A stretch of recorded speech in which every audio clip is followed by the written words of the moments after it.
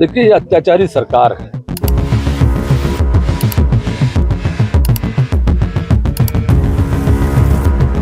अरे इसका चेहरा देख के दया खाते।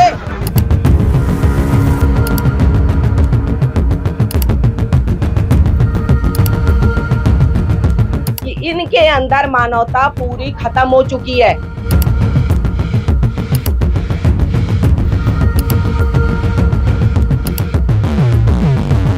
गोद से छीन कर पटकी है। पुलिस बल के प्रशासन के द्वारा हमको ऐसा घिसा किया कि मेरा पूरा सूट फटा हुआ है।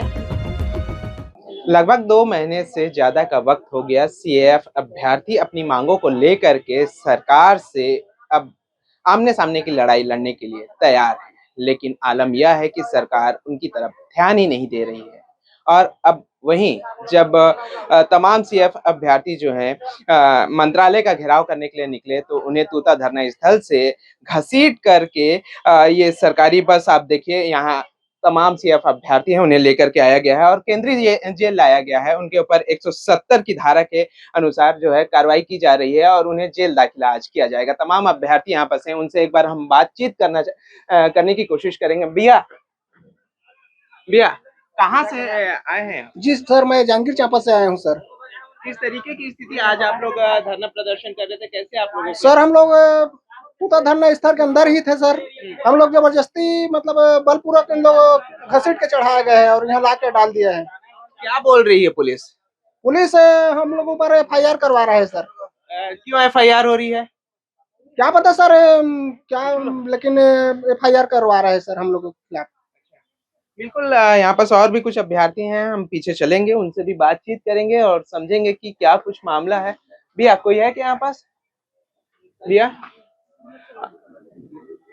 कोई है क्या? दीदी अच्छा इधर है क्या? जी भैया। दीदी क्या कुछ मामला हुआ आज ये बताएंगे? कुछ नहीं सर, हम लोग ना यानी पुलिस मुख्यालय घेराव करने के लिए निकले हुए थे।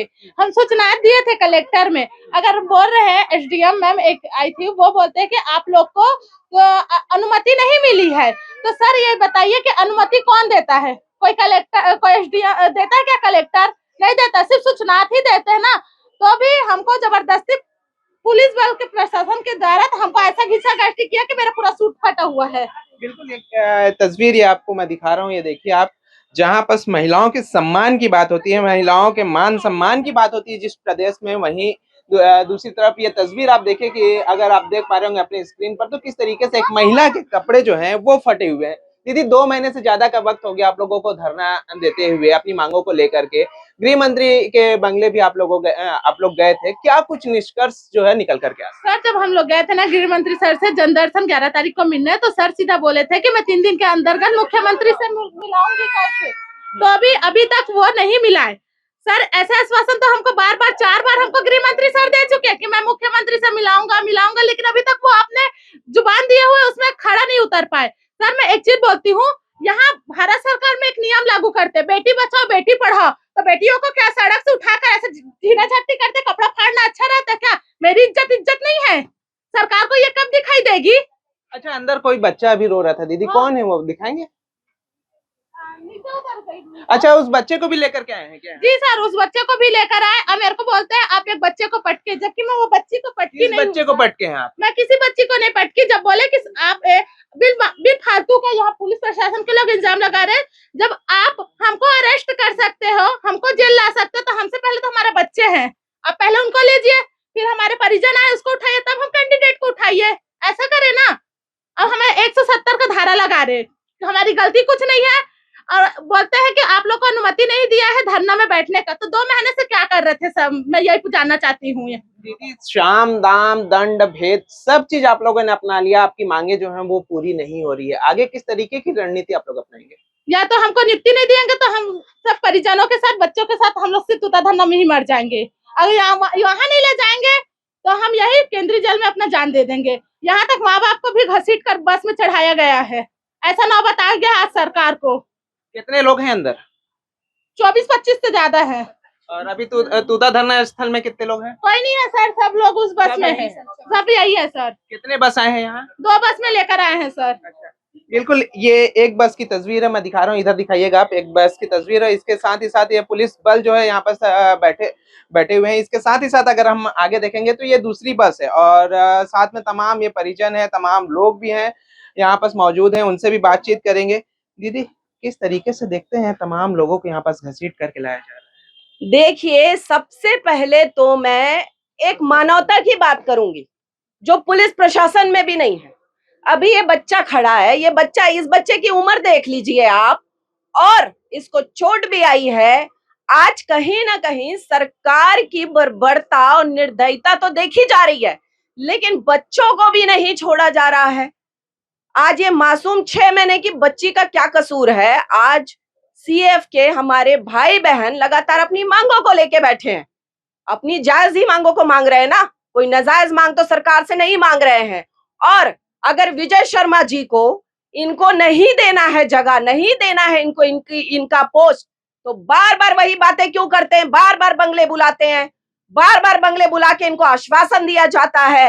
ये छोटे छोटे बच्चों को ले जाके वहां बैठ रहे हैं, अपनी बातें रख रहे हैं, और बात भी ऐसा नहीं है, कोई लड़ाई झगड़ा नहीं करते, अपनी बातें बहुत प्यार से रखते हैं, प्रेम पूर्वक रखते हैं। लेकिन आज कहीं ना कहीं छत्तीसगढ़ की सरकार ने और ये पुलिस प्रशासन ने ये बता दिया है कि इनके अंदर मानवता पूरी खत्म हो चुकी है। आज इस बच्चे को अंदरूनी भी चोट आई है। आज एक भाई साहब बगल में जो खड़े, उनके हाथ में निडिल लगा हुआ है, उसके साथ भी खींचातानी किया गया है। तो मैं तो इस सरकार को बोलती हूँ, निकम्मी सरकार, अगर आप हमारे भाई बहनों की चीजों को, उनकी इंसानियत, उनकी मानवता को, उनके पढ़ाई लिखाई को नहीं समझ सकते, तो आप तो तुरंत छत्तीसगढ़ शासन से इस्तीफा दे दो और घर में चूड़ी पहन के बैठ जाओ। आज इंसानियत के नाम पे ये छत्तीसगढ़ शासन कलंक है और ये पुलिस प्रशासन पूरी बिकी हुई है। ये साफ शब्दों में दिख रहा है, बहनों के कपड़े फाड़े गए। आज हमारी माँ बहन सुरक्षित नहीं है, हमारी बहनों के कपड़े फाड़े आप लोगों ने, पुलिस ने हमारी बहनों के साथ बर्बरता की, उनको घसीट के लाया गया। अरे कहाँ है विष्णुदेव, कहाँ है गृह मंत्री विजय शर्मा?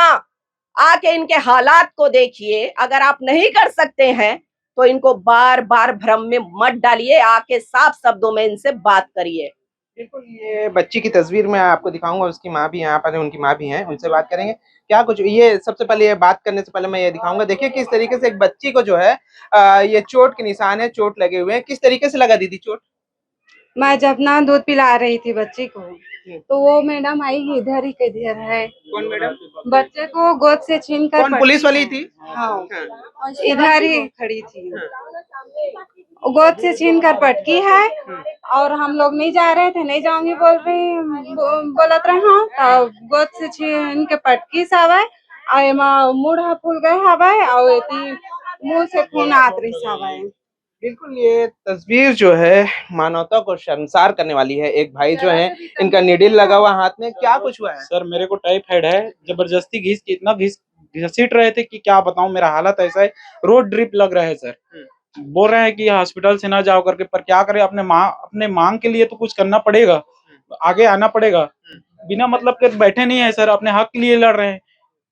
यही बोलना चाहता हूँ सर मैं बस। नहीं, जरा सा भी उनको तमीज नहीं है क्या? अभी भी छुप गए हैं वो, इतना वो से पटके हैं ना, क्या बताऊं, वे पूरा ना बहुत ज्यादा रो रही थी। मानवता एक चीज रहता है कि वो भी एक है, लेडीज है, वो भी एक माँ होगा। देख लीजिए, किसी भी को भाई बेटे हैं, किसी भी चीज का है, जबरदस्ती खींच रहे हैं। मेरा हालत देख कर जबरदस्ती खींच रहे हैं, बोल रहे हैं कि ये देखिए आप, ये अपने स्क्रीन पर देखिए किस तरीके से चोट आई हुई है, और पीछे का नजारा एक बार दिखाइएगा किस तरीके से यहाँ पर जो है फिर से एक पूरा देखिए किस तरीके से हो रहा है।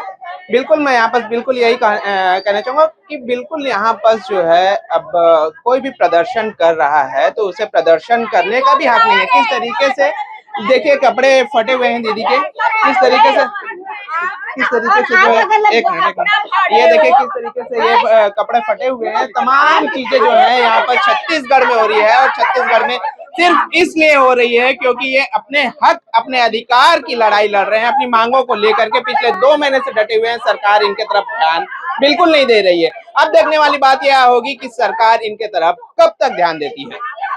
देखिए, ये अत्याचारी सरकार है, ये आक्रांताओं की सरकार है। इस सरकार ने कल रात को 1:30 बजे तक, हम लोग यहाँ थे, दीपक बैज जी भी थे प्रदेश अध्यक्ष, 1:30 बजे तक रात तक के जो डीएड कर्मचारी है, डीएड के लिए जो अभ्यर्थी है जिनकी नियुक्तियां हो चुकी है सुप्रीम कोर्ट और हाई कोर्ट के ऑर्डर से, उनको सिर्फ पोस्टिंग देनी है, उनके लिए वो बेचारे संघर्ष कर रहे थे, अंगारों पर चल रहे थे।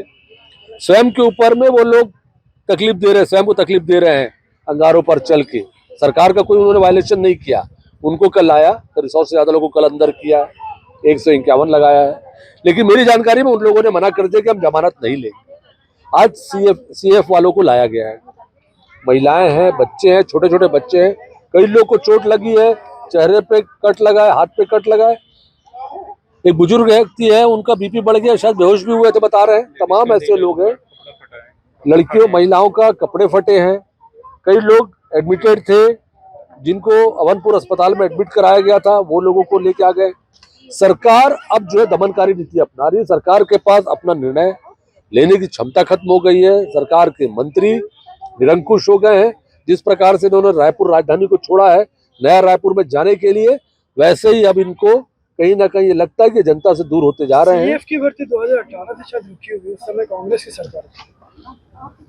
देखिए, सीएफ की भर्ती की नियुक्ति के संबंध में जो भी टेक्निकल प्रॉब्लम थे वो कांग्रेस की सरकारों के दौरान उनको दूर कर दिया गया था। उन व्यवस्थाओं को दुरुस्त किया गया था जिसके माध्यम से इनके भर्तियों के संबंध में निर्णय हो सके। लेकिन ये वर्तमान सरकार 2 साल से है। इस सरकार ने घोषणा की थी, वादे किए थे, नारे दिए थे, चुनाव के घोषणा पत्र में इनके इन बातों को समावेश किया गया था कि जब सरकार आएगी इनकी तो ये तमाम निर्णयों को लेकर पहले साल में ही सबकी भर्ती करेंगे। लेकिन आज 2 साल बीत चुके, 2 साल से ज्यादा समय हो चुका है, 2 साल 2 महीने से ज्यादा हो रहा है, और उसके बाद भी सरकार जाग नहीं रही है और ये लोग आंदोलन कर रहे हैं। आंदोलनकारियों को कुचलने का जो प्रयास है उसके तहत इन लोगों ने सोचा कि आंदोलन को तोड़ देंगे। इनको नैतिक समर्थन देने के लिए कांग्रेस पार्टी आई है और हम लोगों का समर्थन जारी रहेगा।